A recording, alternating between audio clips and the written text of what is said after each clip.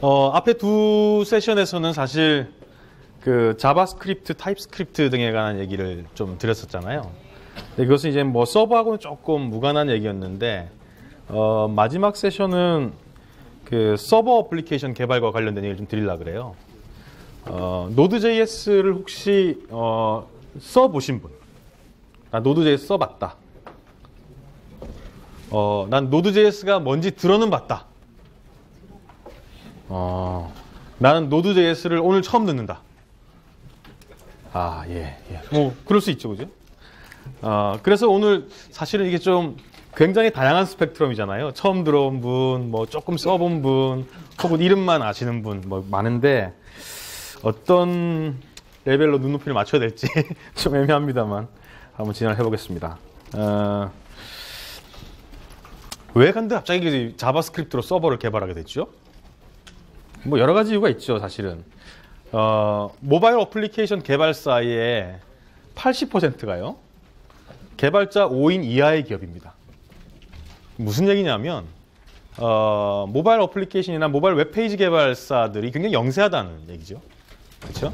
그러다 보니까, 랭귀지나 플랫폼에 관한 전문성을 깊이 있게 갖기가 쉽지 않습니다.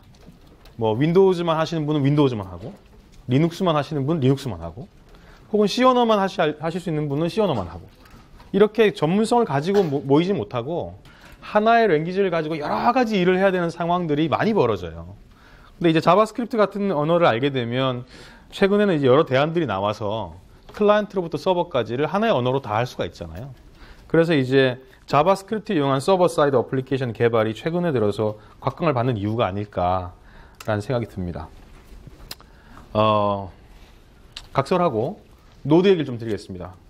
이건 뭐냐면 Node.js org라는 Node.js의 대표 사이트에서 가지고 온 Node.js의 정의입니다.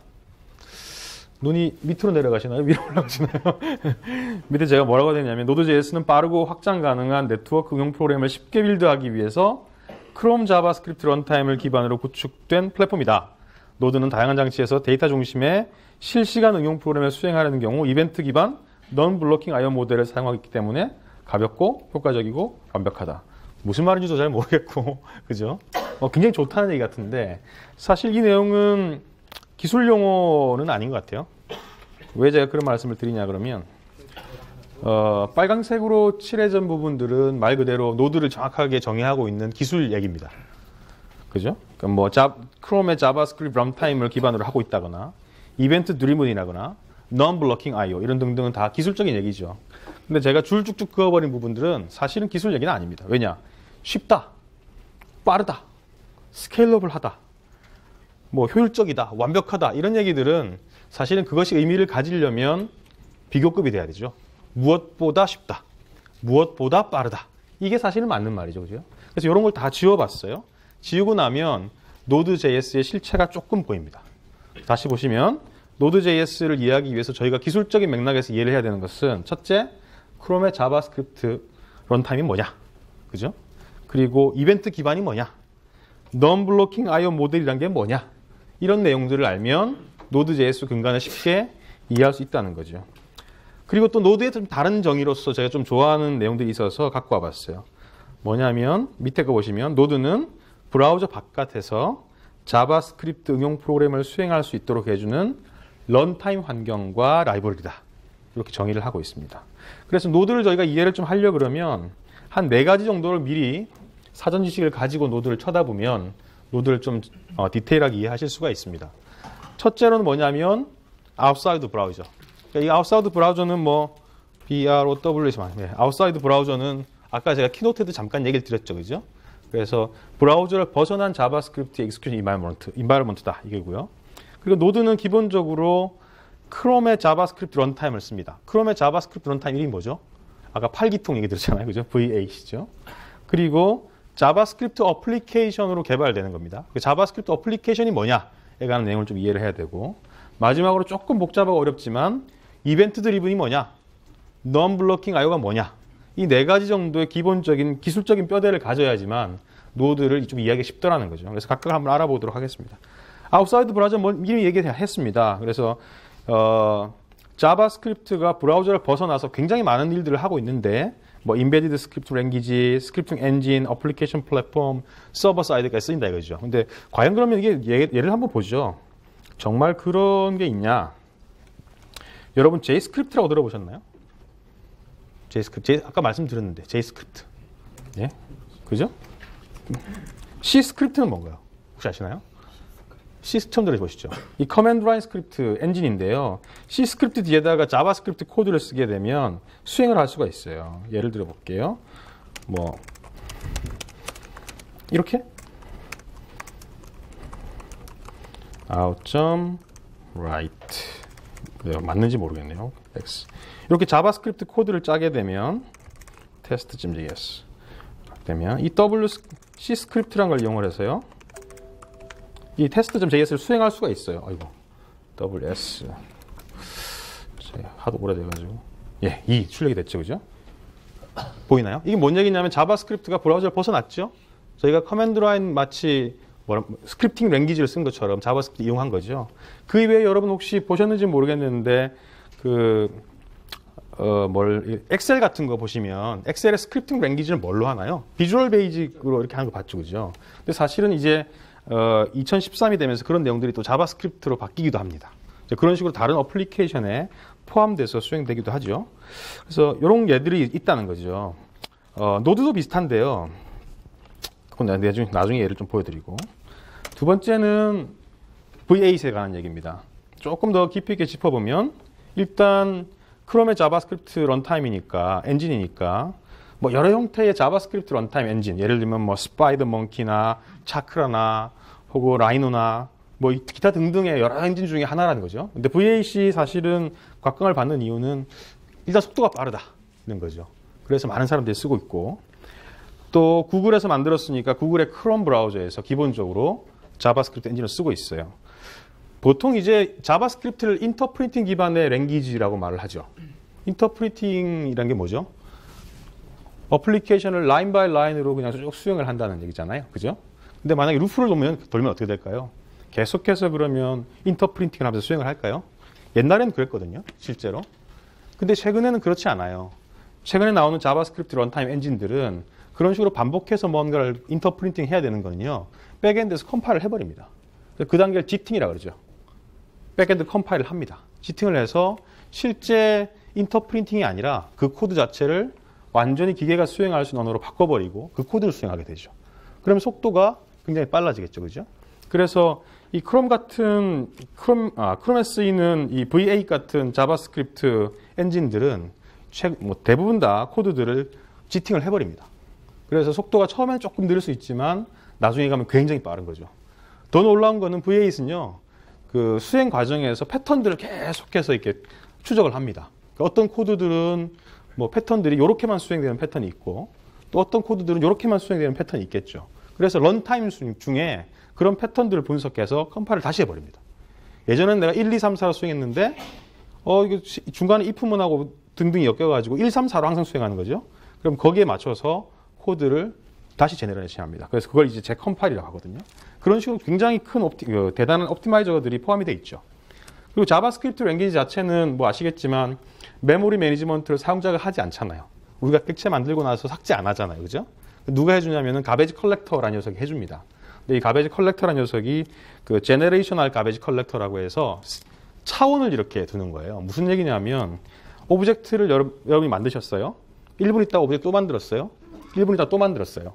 그러면 제일 최초에 만들었던 오브젝트와 1분 후에 만들었던 오브젝트와 지금 그 다음에 1분 후에 또 만든 오브젝트 사이에는 약간의 차이가 있는 성격이 있다는 거죠. 예를 들면 옛날에 만든 오브젝트들은 계속해서 쓰일 확률이 높고요.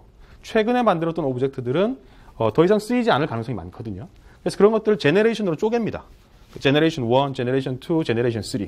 그래서 가베지 컬렉션의 대상을 최소화하는 거죠. 왜냐하면 가베지 컬렉션이라는 건 사실은 어플리케이션을 수행하는 데 필요한 시간이 아니고 수행을 위해서 백엔드에서 메모리를 정리하는 작업이잖아요. 가베지 컬렉션을 많이 하면 많이 할수록 속도가 떨어지겠죠. 그렇죠?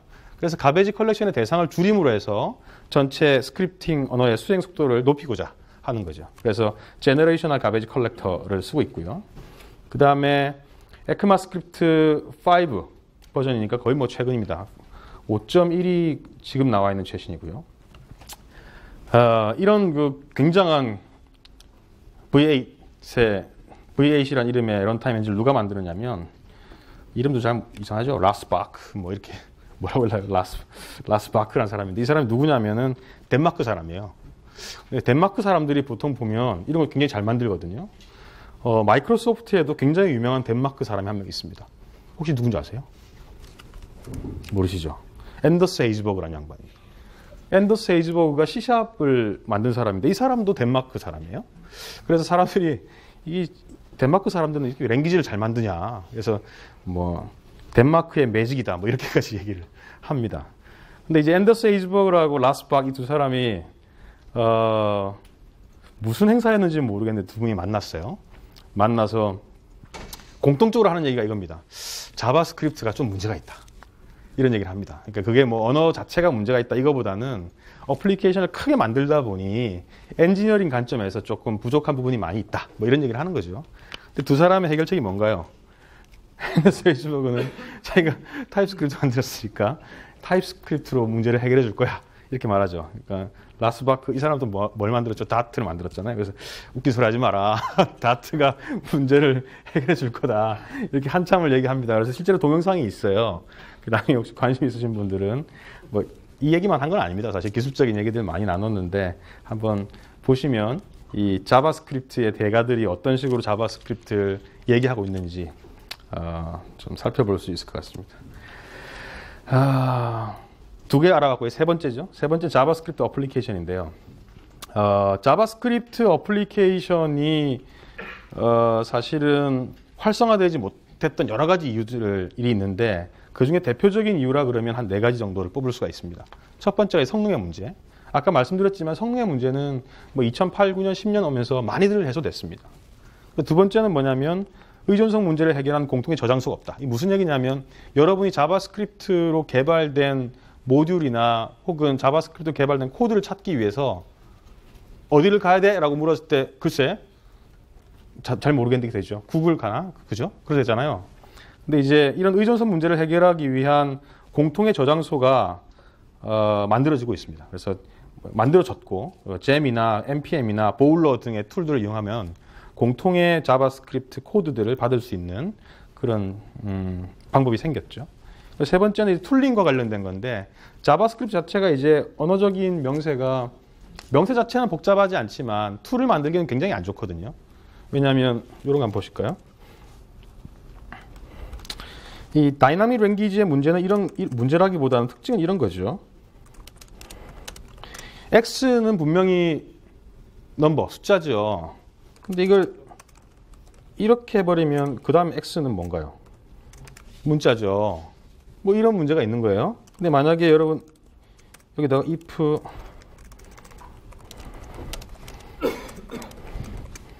이러면 X는 뭔가요? 수행해봐야 아는 거잖아요. 그죠?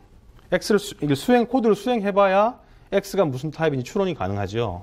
그래서 이런 그 다이나믹 타이핑 언어들의 문제들은 뭐냐면, 런타임 수행을 해보기 이전에는 타입을 추론할 수 없는 문제이기 때문에 툴을 만들기가 굉장히 어려워요. 그래서 비주얼 스튜디오의 자바스크립트도 실제로는 어떻게 그 인텔리센스를 구현하냐 그러면, 자바스크립트로 코드를 입력하잖아요. 백엔드에서 자바스크립트를 계속 수행합니다. 수행을 해서 타입을 추론해요. 그러니까 사실 그게 정확하지 않죠. 그죠? 정확하게 될 리가 없습니다. 그래서 이런 툴링의 문제들이 사실 있어요. 근데 어쨌든 뭐 서브라임이나 웹스톰이나 비주얼 스튜디오 등등의 툴들이 이제는 자바스크립트를 좀 더 쉽게 해주도록 개발할 수 있도록 여러 형태의 도구들을 제공을 하고 있죠. 그죠? 그리고 마지막으로는 모듈레이션입니다. 아까도 모듈레이션에 대한 얘기를 제가 좀 강조를 드렸는데, 자바스크립트의 모듈레이션이 사실은 2009년 커먼.js가 나오기 이전까지는 규격이 제정이 되지 않았어요. 근데 2009년 이후로 커먼.js 프로젝트가 시작되고 이 내용들이 이제 정의가 되기 시작합니다. 근데 이제 커먼.js에서 같이 그 연구를 하던 분 중에 일부가 커먼.js가 정의하고자 하는 방향이 나랑 좀 일치하지 않는다 그랬습니다. 분리를 합니다. 분리돼서 나온 게 뭐냐면 AMD, Asynchronous Module Definition이라는 또 다른 형태의 그 모듈 정의 기법이에요. 그래서 요거는 좀 이따가 다시 한번 보겠습니다. 그래서 자바스크립트 관련된 얘기를 좀 이렇게 들을 수 있을 것 같고요. 요건 조금 이제 보시죠. 노드는 기본적으로 그 이벤트 드리븐 형태를 취하고 있습니다. 근데 이벤트 드리븐 그러면 뭐 갑자기 새롭게 나온 건 아니에요. 여러분이 GUI 어플리케이션 개발하시다 보면 다 이벤트 드리븐 방식을 쓰거든요. 뭔 이야기냐면 마우스, 뭐 센서, 키보드, 혹은 다른 어플리케이션의 명령, 혹은 다른 스레드의 명령 등에 의해서 프로그램이 어떻게 동작할지가 결정되는 겁니다. 보통 우리가 어플리케이션을 개발한다 그러면 위에서부터 아래로 쭉 수행되죠. 그죠? 여러분 공부하실 때 그렇게 배웠잖아요. 위에서 아래로 쭉 수행된다고. 근데 이벤트 드리븐 어플리케이션의 모형은 어떠냐면 내가 1이라는 이벤트가 들어오면 A라는 동작을 수행할 거야. 2라는 이벤트가 들어오면 B라고 수행할 거야 라고 약속만 쭉 써놓는 거죠. 그리고 실제로 1이라는 이벤트가 들어오면 A라는 동작을 취하고 그 다음 또 2라는 이벤트가 들어오면 B라는 동작을 수행하는 겁니다. 그래서 어플리케이션이 어떻게 수행되냐면 어떤 이벤트가 들어오냐에 따라서 결정이 되는 거죠. 그렇죠? 이런 방식들을 이벤트 드리븐 방식이라고 합니다. 예. 그래서 주로 이제 GUI 어플리케이션에서 그런 내용들을 많이 쓰고 있죠. 그리고 이벤트 드리븐을 일반적으로 구현하는 메커니즘은 아래 그림과 같습니다. 어떤 식이냐면 이벤트가 들어오면 이벤트 큐에 넣어요. 그리고 이벤트 큐를 바라보고 있는 스레드 하나가 이벤트 큐로부터 이벤트를 꺼내죠. 그래서 이 이벤트가 뭐야? 1이야, 2야, 3이야, 4야.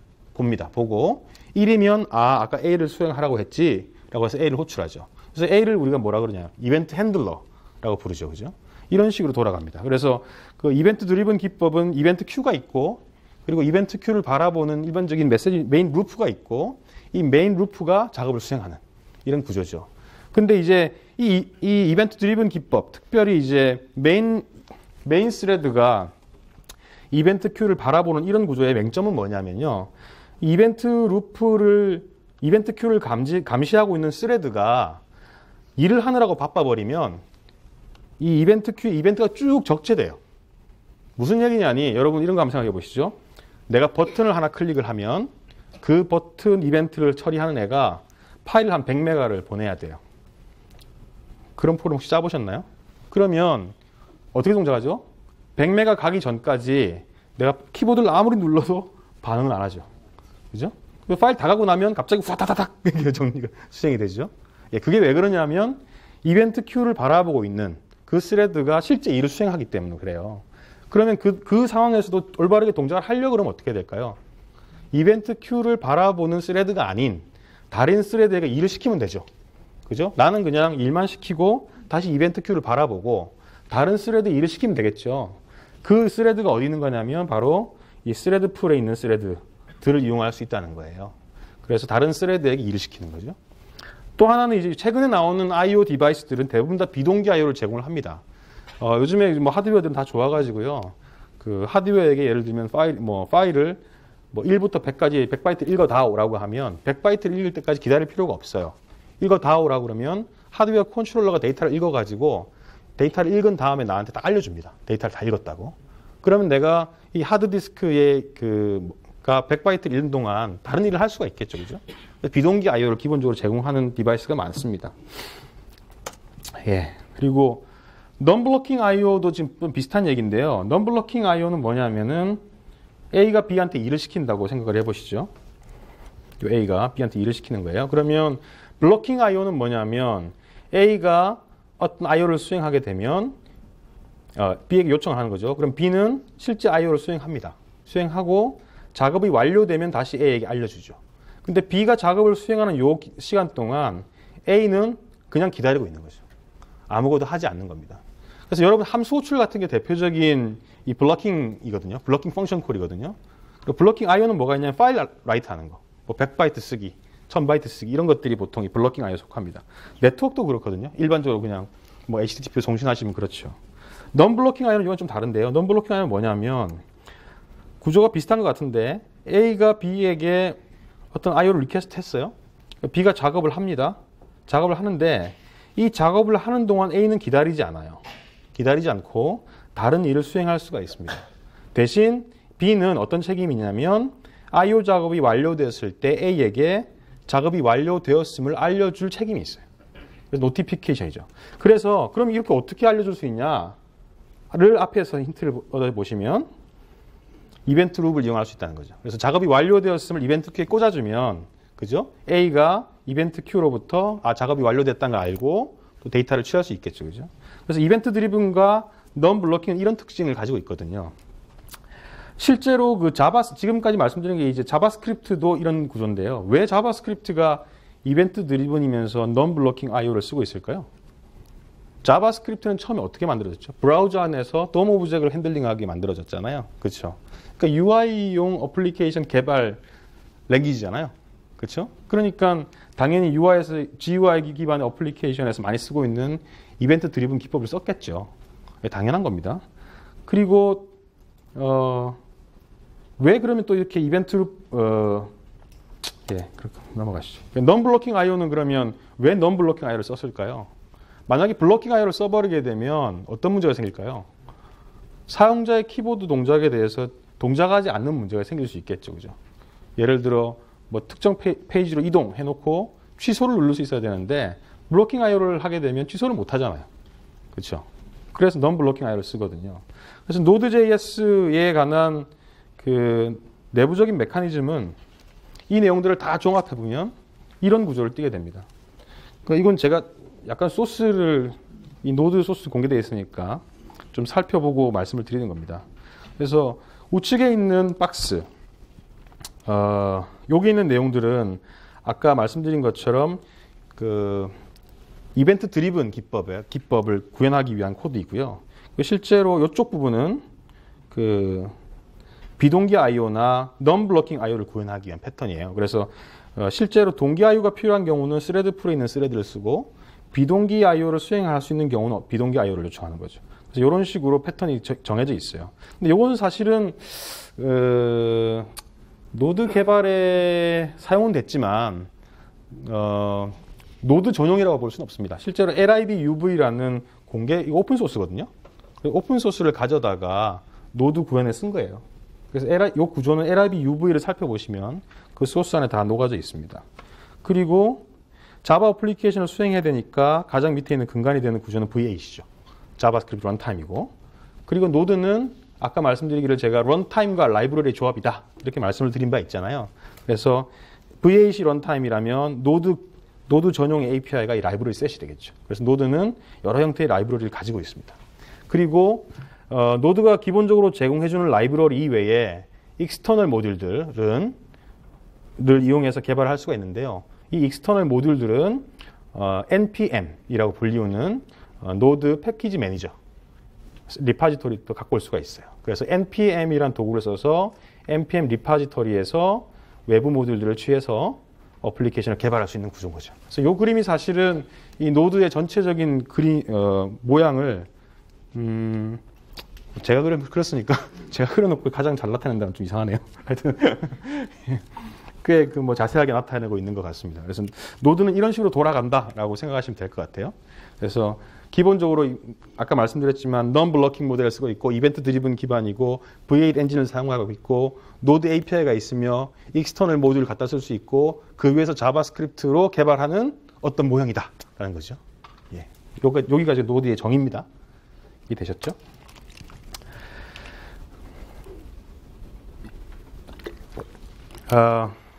뭐 어디서나 들을 수 있는 어바웃입니다. 그래서 노드는 이 라이언 달이라는 사람이 만들었고요. 의의를 둔다 그러면 서버 측 응용 프로그램 개발할 때 자바스크립트를 그대로 쓸 수 있다. 그리고 자바스크립트란 단일 언어와 단일 개발 환경을 쓸 수 있다는 거고, 여전히 베타입니다.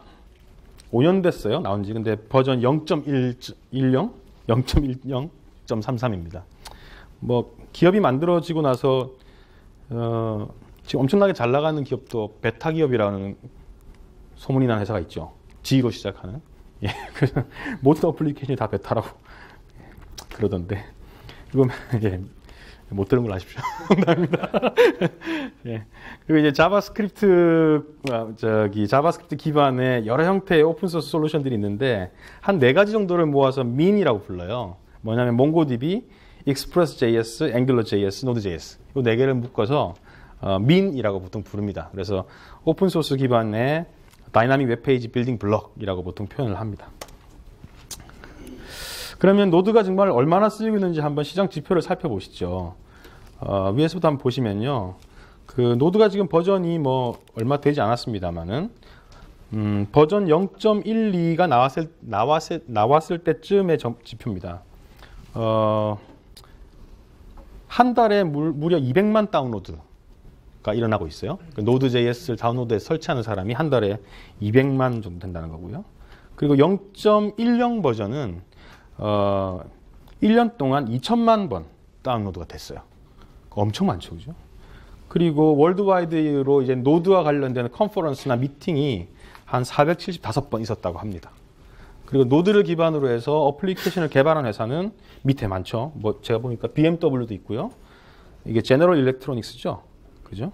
그리고 뭐 지멘스 같은 업체도 있고요. 페이팔, 우리 알만한 거, 페이팔, 아마존, 베스트바이 등이 있고, 타겟도 굉장히 유명하죠, 미국에서는. 그리고 뭐 다우존스, 소니, 애플, 인텔, 야후, 마이크로소프트뿐만 아니라 굉장히 많은 업체들이 이 노드를 기반으로 해서 어플리케이션을 개발하고 있어요. 조금 키워서 보면 예, 그렇다는 거죠. 그리고 노드가 얼마나 빨리 성장하는지 성장 추세를 한번 보면 노드가 나온 지 한 5년밖에 안 됐다 그랬잖아요. 근데 처음에 나와서 2011년 정도에 측정한 데이터를 하고 최근에 측정한 데이터를 보면 그러니까 뭐랄까요, 직업을 소개해주는 그런 사이트에 아마 정보인 것 같아요. 한 9만 프로 맞죠? 9만 프로만큼 늘었다. Node.js에 관한 기술자를 요구하는 거겠죠. 밑에 지표들은 뭐냐면 뭐 오브젝티브, 스칼라, 루비, 루비 온 레일스, 자바 이런 겁니다. 근데 그에 비해서 굉장히 급속도로 많은 개발자들을 필요로 하는 그런 기술이라는 걸 알 수가 있죠. 그리고 우측에 있는 건 뭐냐면 구글에서 이제 사람들이 검색하는 키워드 통계인데요. 뭐 루비 온 레일스나 오브젝티브 C도 밑에 있는데 이 노드를 보면 굉장히 빠른 추세로 이 검색 키워드가 많이 검색되고 있음을 알 수가 있죠, 그죠?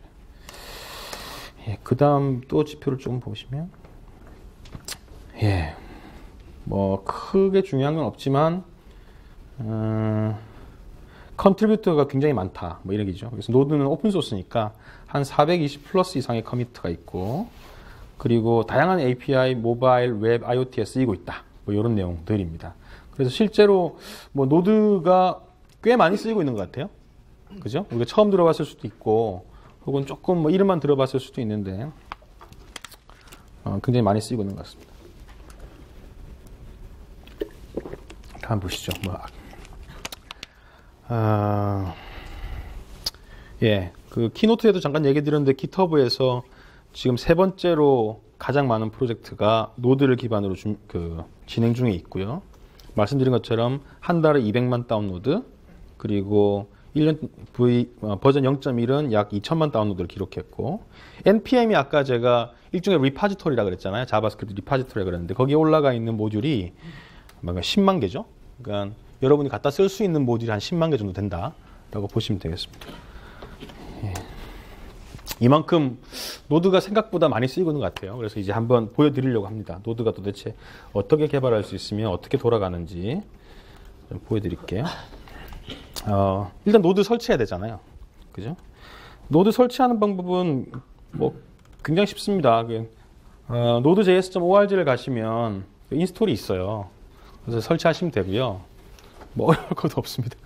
예, 뭐 리눅스 같으면 리눅스의 명령 가지고 설치하시면 되겠죠.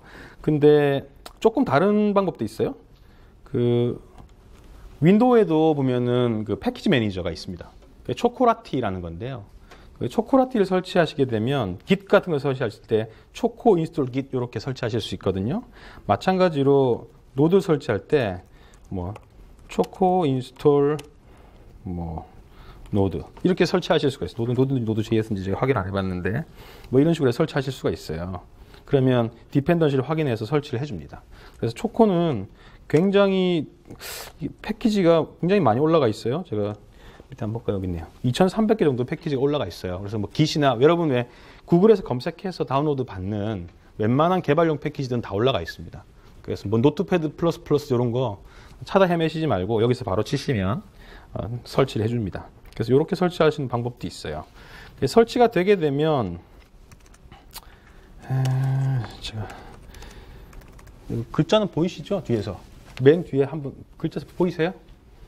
네. 뭐 노드 이렇게 수행하면은 레플이 나옵니다. 레플이 뭔지 아시죠? 레플이 나옵니다. 그래서 여기서 그냥 이렇게 하면 되죠. 예, console.logx 뭐 이렇게 하면 hello 지키고 뭐 이렇게 쓸 수도 있고요. 혹은 이제 어플리케이션을 개발할 수도 있겠죠. 예를 들면 한번 해볼게요. 뭐를 한번 해볼까요? 간단한 거.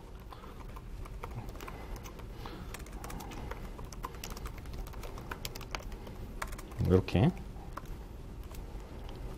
test.js 파일을 만들었거든요. 그러면 node test.js 이게 수행됩니다. 뭐 이런 거죠. 그래서 이 메커니즘 자체는 이제 아까 제가 말씀드렸던 그 메커니즘을 머릿속에 두시면 됩니다. 가장 밑에 V8 엔진이 있고 그 위에서 그 노드가 제공해준 API가 있고 그죠? 그 위에서 자바스크립트 어플리케이션 수행되는 그런 모형인 거죠. 조금 뭐 진짜 자바스크립트 맞냐를 확인하기 위해서 하나 만들어 보죠. 뭐 한번 만들어 볼까요? 함수를 하나 만들어 볼까요? 요거는 에디터가 뭐냐면 Sublime입니다. 예. 이게 지금 unregister라 좀 안타깝죠, 그죠? 베타 3인데 곧 정식 나오면 살까 생각하고 있습니다. 팩토리얼 한번 짜볼까요? 팩토리얼 어떻게 짜나요? 혹시 대학생 계세요? 팩토리얼 어떻게 짜나요? 예, 이렇게 짤 수 있을 것 같아요. 1이면 return 1 하고 아니면 return x 곱하기 팩토리얼 x 마이너스 1. 그죠? 네. 틀린 말씀해 주세요. 예. 그리고 반음 10까지 팩토리얼은 얼마나 될까요? console.log 팩토리얼 예. 이렇게 짜면 될 것 같네요. 이거 세미콜론 떨어져 버렸네요. 그러면 똑같이 예, 나온 거죠. 예, 그리고 여기다가 또 숫자를 이렇게 바꿔볼까요? 바꾸면 돈 내라고요? 네, 좀 이따가 다음에 예, 월급 나오면 예, 나온 거죠. 예, 간단합니다. 이렇게 되는 거고요. 조금 더 살펴보죠. 아까 제가 npm을 이용하면 추가 모듈을 가져다가 설치해서 뭐 쓸 수 있다 이렇게 말씀드렸잖아요. 근데 npm이 또 좋은 거는 뭐냐면 약간 라이브러리성 성격이 있죠. 노드 어플리케이션 수행할 때 약간 라이브러리성 성격을 가지는 그런 것들도 npm으로 받을 수가 있어요. 그럼 목록은 그럼 어디서 살펴볼 수 있냐? npm.js라는 사이트가 있어요. 보이시나요? npm.js.org 여기 가시면 npm 레파지토리에 들어있는 모듈들의 리스트를 볼 수가 있어요. 그래서 제가 이런 거 한번 찾아보려고 합니다. 노드몬.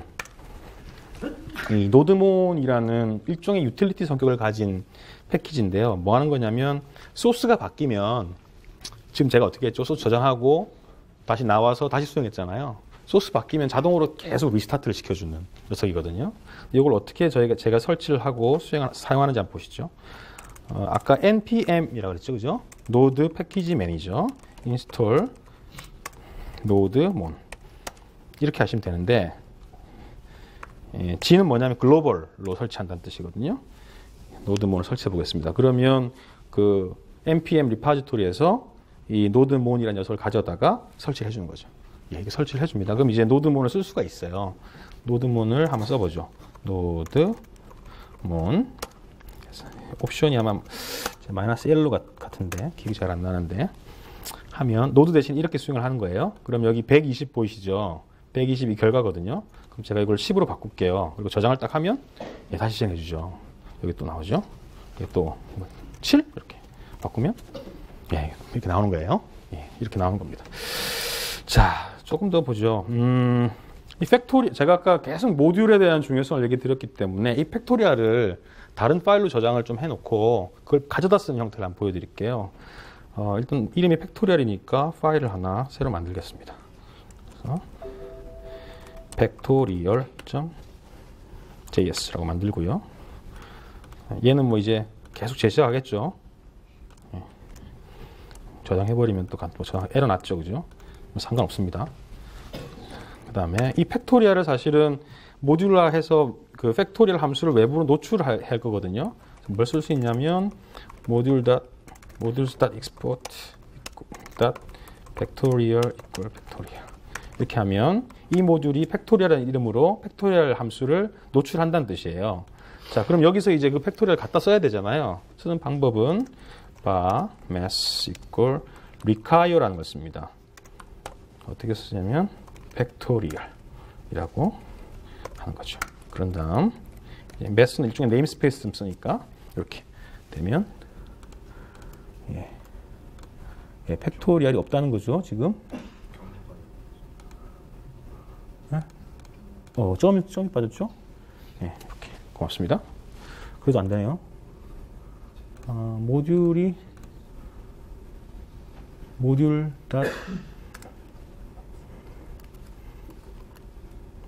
잘못 썼나요, 제가? 모듈.export인가요? 네, 되죠. 제가 모듈.export는 이제 반대로 썼네요. 자, 이렇게 쓰면 이제는 10 이렇게 바꾸면 계속 바뀌죠. 근데 이제 이 팩토리얼은 지금 이 자바스크립트 안에 있는 것이 아니라 외부에 팩토리얼.js에 있는 걸 가져다 쓴 겁니다. 그죠? 그러니까 마치 익스터널 자바스크립트 라이브러리 같은 걸 갖다 쓴 거죠. 그죠? 네. 다른 것도 좀 보시죠.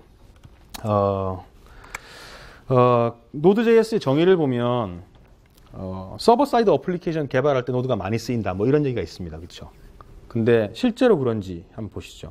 그 아까 그림에서 기억하실지 모르겠는데 뭘 보여드리려고 그러면 이 그림에서 그 노드 API를 어떻게 쓰는지 좀 더 디테일하게 보여드리려고 그래요.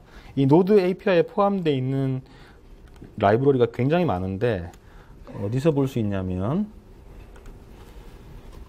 Node.js org에 보시면 도큐먼트에 API docs라고 있죠. 여기 보면 굉장히 많은 라이브러리들이 기본으로 포함이 되어 있습니다. 노드 안에. 그 중에 HTTP를 한번 써보려고 그래요. 이거는 실제로 그 Node.js 홈페이지에 걸려 있는 것도 같은 처음에 걸려 있기도 한데요. 어떻게 쓸 거냐면 제일 먼저 아까 HTTP라는 패키지를 쓴다 그랬으니까 HTTP 이름으로 갖고 와야 됩니다. HTTP. 나는 HTTP를 쓰겠어. HTTP라는 이름을 쓰겠어 하는 거고 이 HTTP는 그 HTTP 웹 서버와 유사한 형태를 만들 수 있는 기능을 갖고 있어요. 그래서 이렇게 해서 서버를 만들 수가 있습니다. 그리고 서버는 뭐 아시겠지만 포트에 리슨을 할 수가 있어요.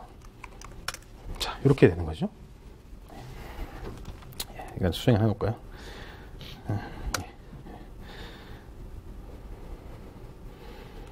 이렇게 하면 끝났거든요. 그러니까 HTTP를 가져다 서버를 만들고 나서 8080 포트에다가 내가 바인딩해서 기다리겠다는 겁니다. 그래서 HTTP로 한번 붙어볼게요. 로컬호스트에 8080이라고 그랬으니까 이렇게 붙는 거죠. 근데 아무것도 안 되잖아요. 그죠? 아무것도 안 되는 이유는 붙었을 때 뭐 해야 될지에 관한 내용을 제가 아무것도 안 썼잖아요. 그러니까 붙었을 때 어떻게 하냐를 뒤쪽에 쓸 수 있는데 function request and response 형태로 해서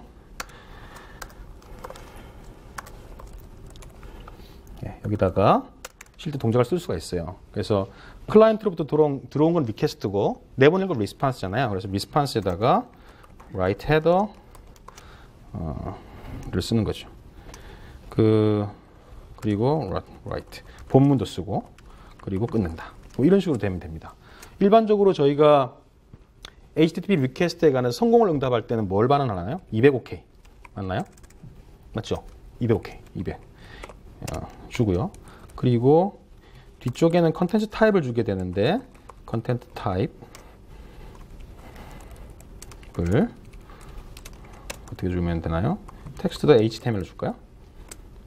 이런 식으로 줄 수가 있습니다. 그리고 본문은 뭘 써볼까요? 뭐 아무거나 쓰죠. 뭐 hello node.js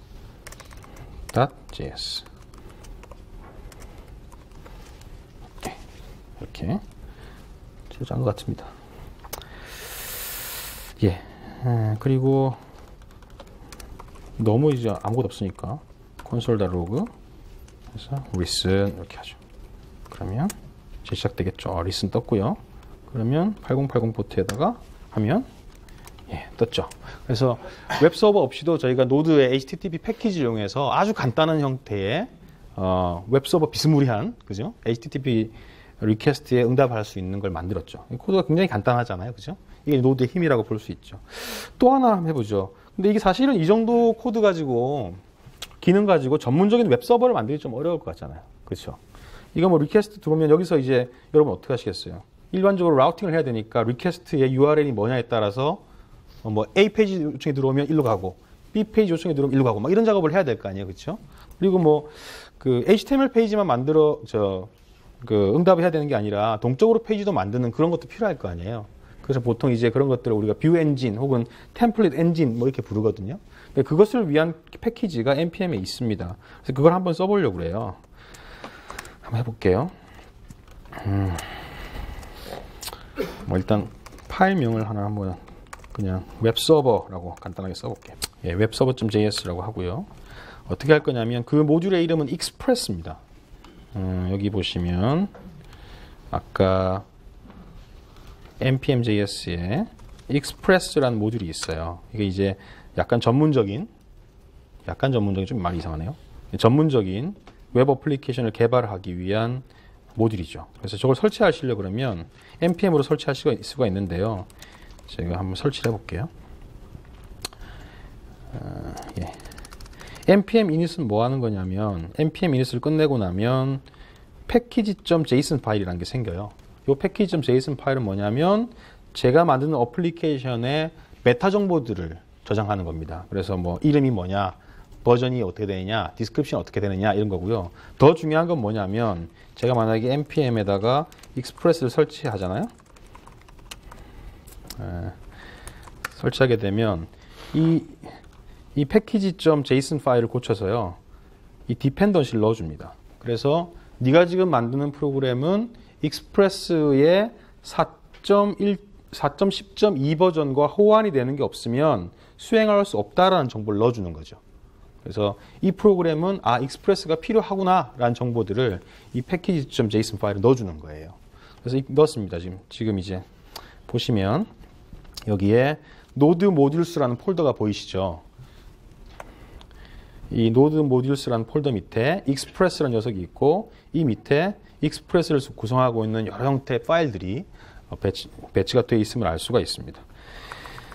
마찬가지로 아까 웹서버를 만든다 그랬으니까요. 한번 만들어 보죠. 익스프레스는 이름이 익스프레스예요. 그래서 뭐 어떻게 하면 되면 require 익스프레스 이렇게 하시면 되고요. 앱은 익스프레스 하시면 되고 마찬가지로 앱은 아까 웹서버처럼 리슨을 할 수 있습니다.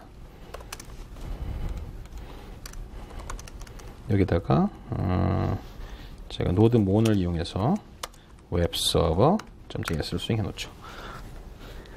네, 수행해 됐고 다시 돌아와서 근데 이제 뭐 할지 결정 안 했잖아요. 그래서 앱이라는 타입을 이용해서 오브젝트를 이용해서 라우팅을 설정할 수 있어요. 그래서 어떻게 하냐면 루트에 관한 요청이 들어오면 다음을 수행하라 이겁니다. 리퀘스트의 리스폰스. 예. 요건 뭐냐면 라우팅을 요청하는 거죠. 그래서 루트에 관한 요청이 들어오면 펑션 얘를 호출해라 이런 뜻이고요. 그리고 마찬가지로 뭐 하나 더 해보죠. 해서 유저에 대한 요청이 들어오면 뭐 여기를 호출해라 이런 식으로 하는 거죠. 그래서 똑같이 리스폰스에다가 제가 뭘 한번 해볼까요? write 이렇게 해서 그냥 간단하게 하겠습니다. request root 이렇게 쓰고요. 좀 이상하네요. 예. 다운표를 쓰는 게 일반적이죠. 여기도 예, 마찬가지로 리스트에 write.request user 이런 식으로 하는 거죠. 여기도 좀 어색하니까 여기다가 console.log listening on 이렇게 예, 그냥 하겠습니다. 그런 다음에 8080 포트에다가 그냥 요청을 하면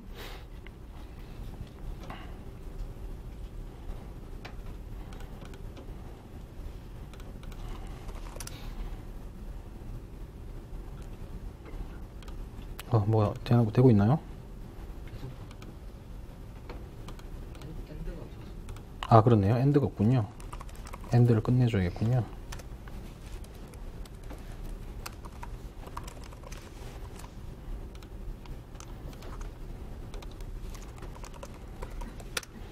예. 그러면 이제 80 그냥 리퀘스트를 하면 리퀘스트 슬래시가 나오고 여기다 유저라고 하면 유저 나오죠, 그죠? 라우팅이 된 걸 알 수가 있습니다. 그래서 이런 식으로 이제 개발을 할 수가 있죠. 근데 익스프레스는 사실 이거 말고 굉장히 많은 기능들이 있어요.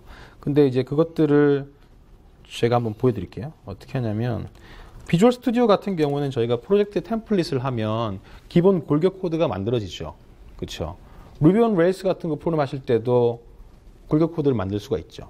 그래서 익스프레스도 마찬가지로 골격 코드를 만들어 줄 수가 있거든요. 그래서 익스프레스를 바로 수행하시면서 사이트 이름을 이렇게 주실 수가 있어요.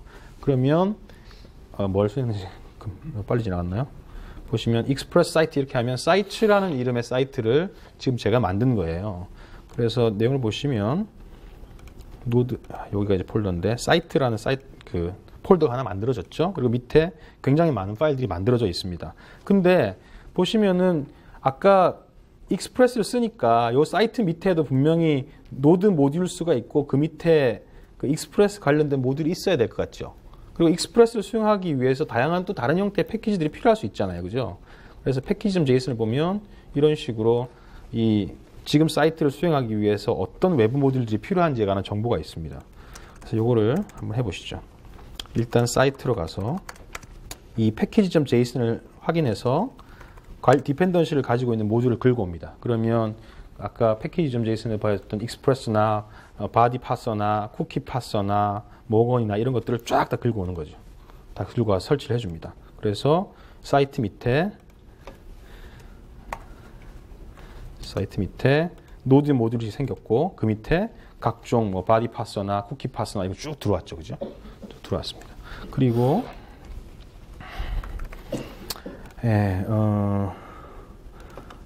수행을 한번 해볼게요. 수행을 어떻게 하냐면 아까 예제에 있던데 보시면 노드 따죠. 3000번 포트에 바인딩이 되어 있죠, 그죠? 3000번. 그래서 3000번 보면 익스프레스, 웰컴 투 익스프레스라는 그 사이트 기본적인 사이트를 만들어 주죠. 이 내용을 보면 굉장히 좀 복잡하긴 합니다. 많은 내용들을 사실 알아야 되고. 근데 익스프레스에 관한 얘기는 제가 오늘 전문적으로 말씀드릴 건 아니지만 조금만 살펴보면요. 익스프레스가 만드는 웹페이지는 기본적으로 뼈대가 어떻게 되어 있냐면 아까 저희가 라우팅 얘기한 거와 똑같은 건데 여기 보시면 루트에 관한 요청이 왔을 때 그리고 유저스에 관한 요청이 왔을 때 라우팅을 달리 하고 있죠. 그래서 이 라우츠는 또 어디 있냐면은 라우츠는 라우츠 밑에 인덱스에 있어요. 그래서 라우츠 밑에 인덱스를 가보시면 index.js 파일이 있고 루트에 관한 요청이 왔을 때 어떻게 하라는 내용이 있죠. 근데 여기서 재미난 것은 렌더, 아까 get이 아니라 렌더를 쓰면서 인덱스라고 이름을 주고 있어요. 이건 뭐냐면 그 일종의 뷰 엔진을 수행하기 위한 겁니다. 그래서 뷰 엔진을 뭘 쓰고 있냐를 보면 jade라는 뷰 엔진을 쓰고 있다는 걸 알 수 있고요. 그래서 그리고 뒤에는 이제 객체를 넘기는 건데, 그래서 인덱스의 웹페이지를 실제로 렌더링하는 템플릿은 어디 있냐면 뷰에 index.jde에 있죠. 그래서 index.jde에 보면 여기에 타이틀을 여기다 꽂아서 수행하는 거거든요. 그래서 타이틀을 만약에 바꾸게 되면 그래서 예를 들면 여기다가 tech days mini 이렇게 바꾸게 되면 다시 수행하고 이렇게 테크 데이즈 미니 바뀌는 거죠. 그래서 사실은 이 뷰 엔진, 템플릿 엔진은 그 익스프레스가 지원하는 거지만 12가지 정도가 있어요. 그래서 필요하신 제이드 말고도 여러 형태를 쓸 수가 있습니다. 뭐 가장 심플한 것은 예전에 ASP 모델과 굉장히 닮아 있는 Embedded JavaScript 이런 것도 있어요. EJS라고 불리는데 그런 것들은 그냥 웹페이지 안에다가 자바스크립트와 코드들을 같이 막 섞어서 쓸 수도 있습니다. 그런 엔진도 있고요. 한 12가지 있으니까 뭐 살펴보시면 될 것 같고요. 그래서 이런 식으로 이제 프로그램이 돌아가는 거죠. 여기까지는 별로 뭐 어려움이 없으시죠? 제가 쭉 다 보여드려서.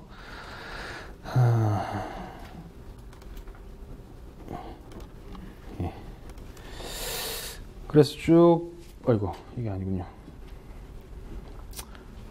노드 한번 알아봤고, npm 알아봤고, 노드몬 알아봤고, 익스프레스까지 알아봤습니다. 그 외에 이제 여러 형태의 노드를 어떤 용도에 쓰느냐에 따라서 관련된 패키지들을 받아가지고 이제 지금처럼 개발할 수 있는데, 제가 막 하면서 어떠셨어요? 되게 불편해 보이지 않았어요?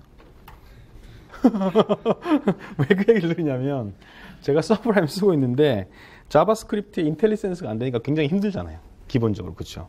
힘들고, 또 이제 뭐 서브라임 같은 편집 툴이 굉장히 강력하긴 한데 뭔가 이제 노드에 최적화되어 있다고 보기엔 조금 어려움이 있는 것 같아요.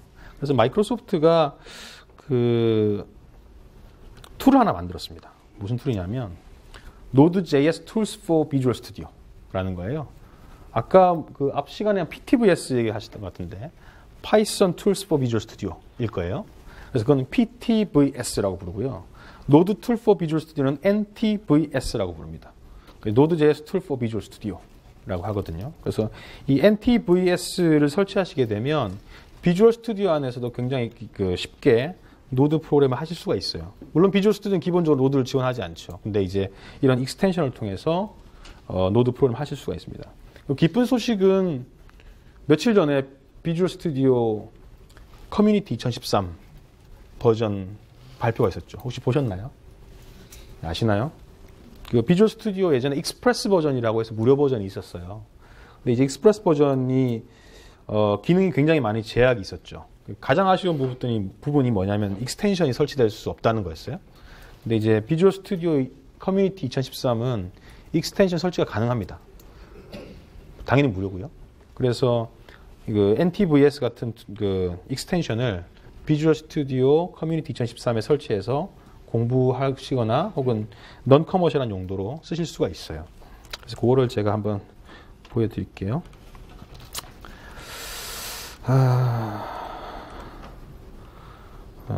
예, 이건 없어도 될 것 같고, 예, 요 사이트거든요. 그래서 URL은 뭐 그 슬라이드에 다 있기 때문에 적으시지 않으셔도 되고, node.js tool.codeplex.com에 가시면 이런 그 노드 툴 포 비주얼 스튜디오를 다운로드 받으실 수가 있습니다. 지금 1.0 베타 3인데 곧 아마 정식이 되지 않을까 싶습니다. 기능이 완성도가 굉장히 좋더라고요. 자, 그럼 이걸 가지고 뭘 할 수 있느냐 한번 보시죠.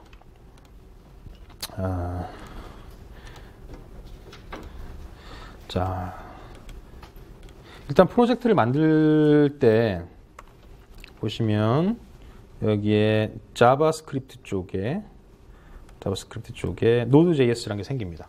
그래서 Node.js 관련된 프로젝트 템플릿이 쭉 있어요.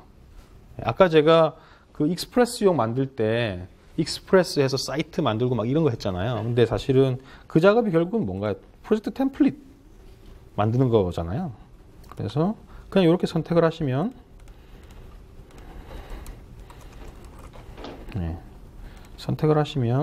익스프레스 기반의 프로젝트를 하나 만들어주죠. 그리고 이건 뭐냐면 지금 아까 제가 package.json 파일에 디펜던시를 가진 모듈 리스트가 있고 그걸 갖고 온다 그랬잖아요. 그걸 갖고 오겠다는 얘기거든요. 그래서 얘 그냥 누르시면은 그냥 쭉 갖고 옵니다. 끝났어요. 그래서 그냥 수행하시면 되죠. 그래서 예, 이건 뭔가요? 아직 덜 갖고 왔나요? 모듈을 덜 갖고 왔어요. 예, 이게 친절하게 인터넷 익스플로러까지 띄워줍니다. 그래서 똑같이 됐죠, 그죠? 그리고 이제 사실은 이 비주얼 스튜디오를 썼을 때 우리가 얻을 수 있는 가장 큰 이점은 뭐냐면 디버깅이에요. 비주얼 스튜디오만큼 디버깅이 좋은 툴이 잘 없죠. 월드 베스트라고 감히 말할 수 있는데 한번 디버깅을 볼까요? 아까 말씀드린 것처럼 index.js 파일 쪽에 루트 요청이 들어오면 들어오거든요. 그래서 여기서 브레이크 포인트를 찍고 바로 수행하시면 웹페이지가 수행되고 루트에 관한 요청이 오고 여기 브레이크 포인트 걸렸죠. 그래서 라우터에 관한 정보를 RES 정보를 보고 싶으면 RES 뭐 이렇게 보는 거죠, 그죠? 쭉 보실 수가 있습니다. 그리고 여기 마찬가지로 뭐 이런 것도 볼 수가 있죠. 뭐 process.platform 이렇게 보시면 이 프로세스 윈3에서 돌아가고 있다. 뭐 이런 것도 알 수 있고. 그래서 필요하시다 그러면 여기다가 이제 뭐 추가하시면 되죠. RES가 뭐 있지? 뭐 쭉 있고, headers 정보 보고, 별로 볼 게 없네요. 봐도 모르겠네요. 뭐 이런 거죠. 그래서 이런 식의 디버깅 용도로 비주얼 스튜디오 쓸 수가 있고요. 또 좋은 거는 뭐냐면 비주얼 스튜디오가 아까 말씀드렸지만 완벽하진 않지만 백엔드에서 자바스크립트를 계속 수행하면서 인텔리센스를 제공해주기 위한 기능들을 수집한다 그랬잖아요. 그래서 그 인텔리센스를 제한적이나마 쓰실 수가 있어요. 예를 들면 하나 제가 따로 만들어 볼게요. 아주 간단한 Node.js 기반의 콘솔 어플리케이션을 만들면 아까 제가 그 뭐 require 이럴 때도 하나도 그 인텔리센스에 도움을 받지 못했는데 require 에러가 났네요. 보시면 여기 뭐 노드에 기본적으로 들어있는 패키지 이름 같은 것들이 다 있죠. 그래서 이렇게 쓸 수가 있고 또 마찬가지로 http 이렇게 하면 이 http 안에 들어있는 여러 형태의 메소드를 보실 수도 있죠. 그렇죠? 그래서 훨씬 쉽죠, 그죠? 이런 식으로 인텔리센스가 제공되면 자바스크립트의 그 개발 생산성이 굉장히 높아집니다. create server 이런 식으로 하겠죠, 그죠? http app 똑같은 프로그램 짜더라도 조금 마음이 편하죠, 그죠? 이렇게 만들게 되면 이렇게 하실 수도 있고요. 또 좋은 것은 타입스크립트를 쓰실 수도 있어요. 아까 제가 그 키노트 다음 세션에 김영욱 부장이 타입스크립트에 대한 얘기를 해주셨는데 특히나 이제 서버 사이드 어플리케이션 개발할 때 타입 관련된 정보가 있으면 굉장히 편리하죠. 그래서 이 보시면 제가 타입스크립트 익스텐션도 같이 깔아놓긴 했는데 이 타입스크립트를 이용해서 Node.js 어플리케이션을 개발하실 수가 있거든요. 그래서 여기 보시면 하나 만들어보죠. 뭐 start basic Node.js expression 3 애플리케이션 이렇게 만들게 되면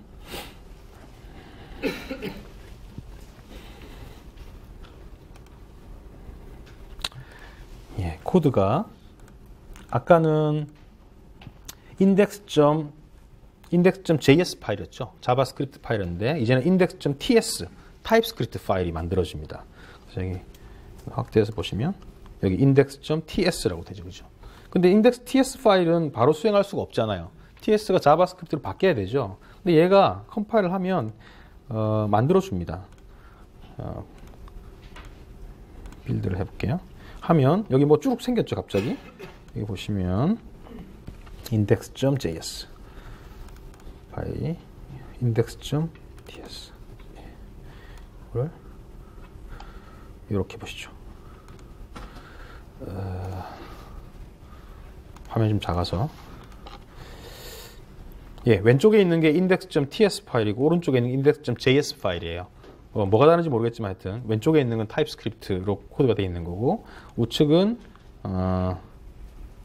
자바스크립트가 있죠. 그래서 명시적으로 타입이 선언되어 있는 걸 알 수 있어요. 보시면 여기에 index request는 express의 request 타입이다. 그리고 response는 express의 response 타입이다가 명시적으로 디스크립션 되어 있죠, 그죠? 만약에 리퀘스트를 이용해서 다른 걸 동작을 한다거나 리퀘스트를 다른 용도로 쓰게 되면 컴파일 타임 에러가 날 수 있겠죠. 이런 식으로 프로그램을 할 수가 있어요. 또 더 재미난 것은 실제로 수행되는 건 index.js잖아요.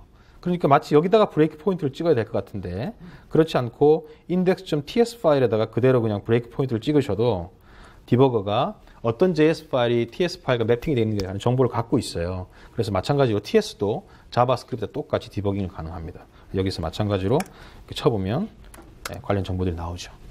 이런 기능이 있습니다. 괜찮죠? 쓸만할 것 같죠, 그죠? 그리고 또 재미난 걸 하나 보여드릴게요. 제가 미리 좀 준비를 해놨는데요. 보통 이제 노드 호스팅 환경으로 여전히 리눅스를 많이 쓰세요. 왜냐하면 노드.js가 처음 이제 뭐 리눅스에서 개발됐기 때문에 그런 것도 있고요. 윈도우도 쓰긴 하는데 많이는 안 쓰시는 것 같아요. 근데 이제 비주얼 스튜디오 안에 들어있는 노드 툴스 포 비주얼 스튜디오 쓰면은 리눅스에서 돌아가는 노드.js 어플리케이션도 디버깅을 하실 수가 있어요. 네, 좀 놀랍죠? 제가 보여드릴게요. 이게 이제 제가 애저에다가 머신을 하나 만들어 놨어요. 애저에 노드 U라는 머신 하나 만들어 놨습니다. 하나 더 붙여 볼게요. 노드 u.cloudapp.net.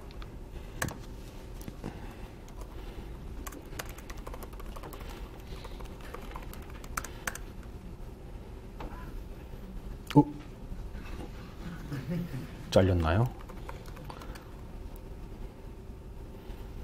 네, 됐네요. 예, 리눅스 맞습니다. 예, 그죠? 맞는 것 같죠? 여기다가 제가 그 비주얼 스튜디오로 개발을 해서 그 소스 코드를 리눅스에 그대로 배포를 했어요. 배포를 해놓고 뭘 쓰시면 되죠? 뭐 이런 툴 쓰시면 되죠. 예, 배포를 했어요. WinSCP 이런 거 쓰시면 바로 그냥 그 윈도우 환경에서 리눅스 환경으로 파일을 보낼 수 있거든요.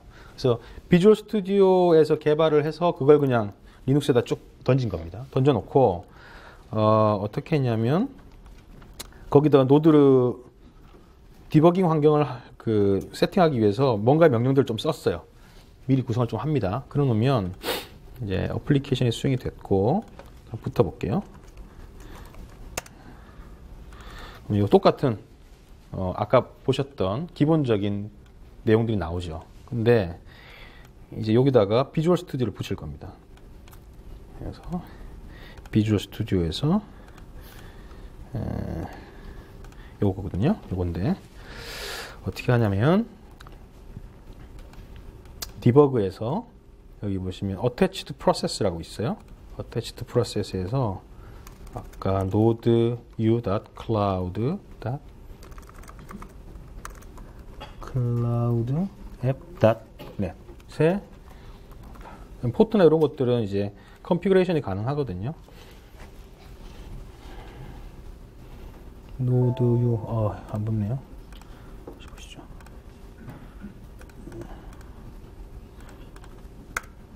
끊어졌나요?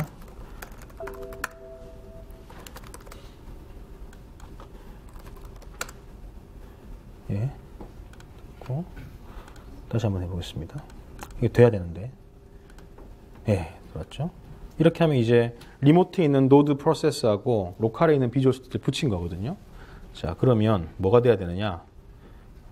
사이트를 들어가야죠. 어디 갔니? 이게 아니다. 얘입니다. 그래서 리퀘스트를 딱 보내면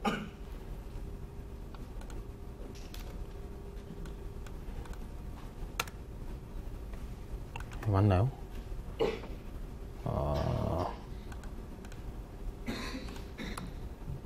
예, 붙었죠.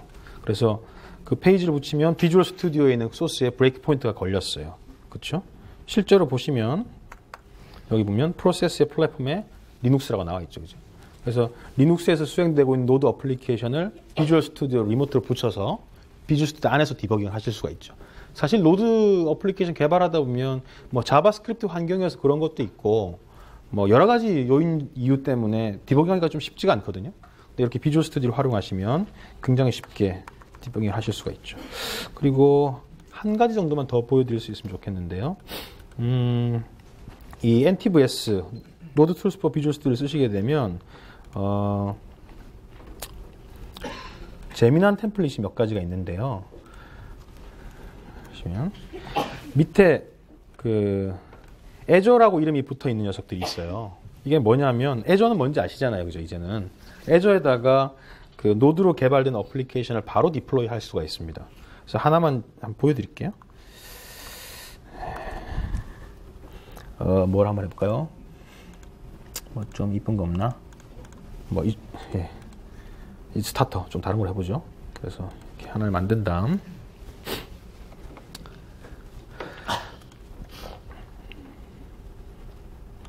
npm이 돌면서 패키지를 갖고 오겠죠. 갖고 오고, 로컬에서 한번 돌려보고요.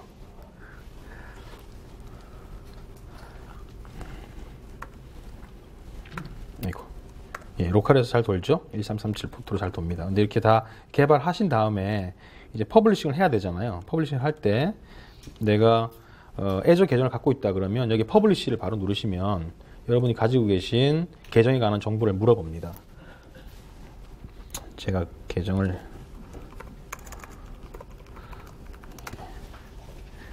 로그인을 하면 미리 제가 웹사이트를 하나 만들어 놨는데 뭐 새로 웹사이트를 여기서 만들 수도 있고요. 그리고 기존에 만들어 놓은 웹사이트를 선택할 수도 있어요.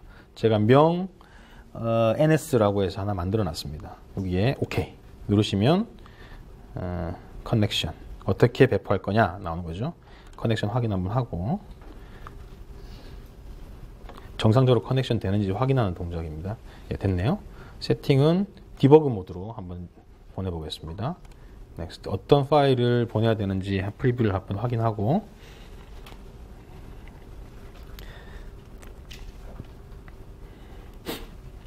퍼블리시를 하죠.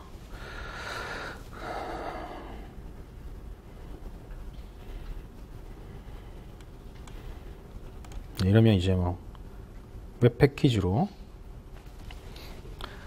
아까 만들었던 명 ns.azure 웹사이트 .net으로 지금 만든 노드 어플리케이션을 디플로이를 할 수가 있어요. 지금 디플로이 쭉 하고 있죠. 꽤 많네요. 됐습니다. 그래서 명 ns azure 웹사이트 .net 쪽에서 서비스가 바로 수행이 되는 거죠. 그래서 azure 웹사이트는 뭐 굉장히 디테일한 기능이 있어요. 잠깐만 보여드리면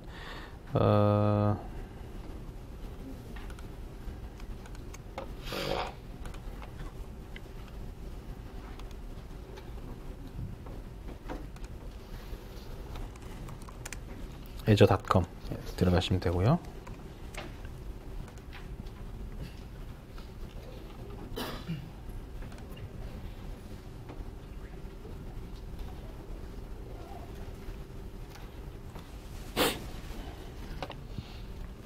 azure 포털에 가보시면 이제 웹사이트 항목이 있겠죠. 사이트에 명 NS가 있죠. 여기 보시면 이 구성을 보면 뭐 굉장히 디테일한 내용들이 많습니다. 지금 노드를 했지만 이 웹사이트 내에는 사실은 PHP도 수행할 수 있고 자바도 수행할 수 있고 파이썬도 수행할 수 있어요. 각 버전별로 세팅도 있고 디버깅 할 거냐 안 할 거냐 로그 할 거냐 말 거냐 뭐 기타 등등 굉장히 디테일한 내용들이 많이 있습니다. 근데 아주 재미난 내용 중에 하나는 뭐냐면 이건 이제 12월 달에 저희가 다시 한번 오시면 그때 얘기를 해 드릴 건데 비주얼 스튜디오 온라인에서 편집이라는 게 있어요. 이게 뭐냐면 그 모나코라는 프로젝트 이름으로 진행하고 있는데요. 비주얼 스튜디오라는 클라이언트 어플리케이션 없이 웹페이지에서 직접적으로 내용들을 살펴볼 수 있는 기능입니다. 이게 지금 이제 모나코라는 에디터거든요. 마치 어플리케이션 같은데 분명히 웹페이지 맞죠, 그죠? 그래서 여기서 바로 어플리케이션을 뭐 수정하거나 혹은 디버깅 하실 수가 있어요. 그래서 보시면 뭐 제이드 파일도 있죠, 그죠? 인텔 제이드 바꾸실 수 있는 거죠. 내용을 그대로 다 수정도 가능하고 인텔리센스도 됩니다. 그래서 뭐 예를 들어볼까요? 여기서 뭐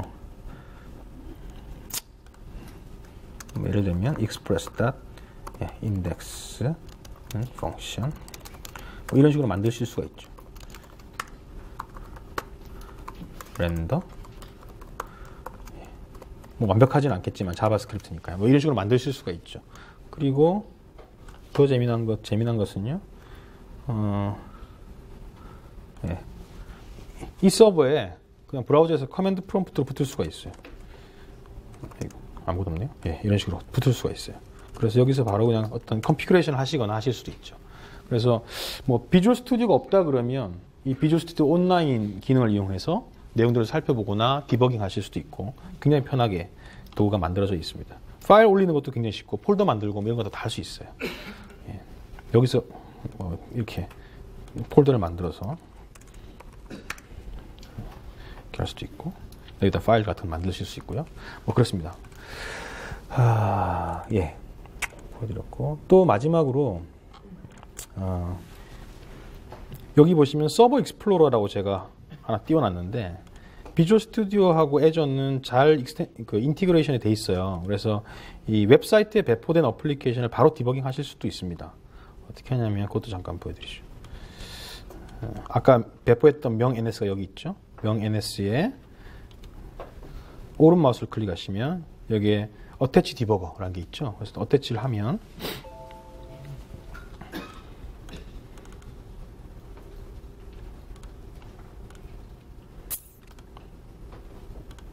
예, 디버거 됐나요?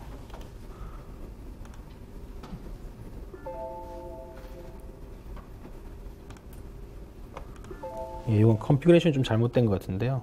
마찬가지로 익스프레스 H 맞나요?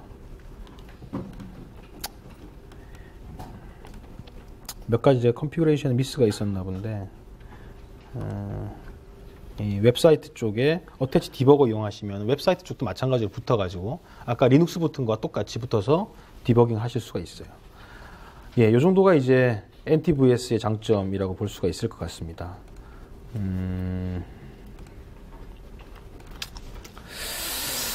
예. 그래서 Node.js Tools for Visual Studio는 만약에 노드 개발과 관련돼서 조금 이제 시작해 보시려는 분도 그렇고요. 기존에 좀 하시던 분도 그렇고 NTVS를 한번 설치해서 개발해 보시면 굉장히 편리하게 개발하실 수 있고 또 특히나 이제 타입스크립트 같은 걸 쓰면 더 좋고요. 또 애저 웹사이트나 혹은 애저의 클라우드 서비스로도 배포가 가능하거든요. 클라우드로 배포할 때도 비주얼 스튜디오 직접 쓰실 수가 있습니다. 그리고 비주얼 스튜디오 온라인도 꼭 빼지 말고 한번 살펴보셔야 될 내용인 것 같고요.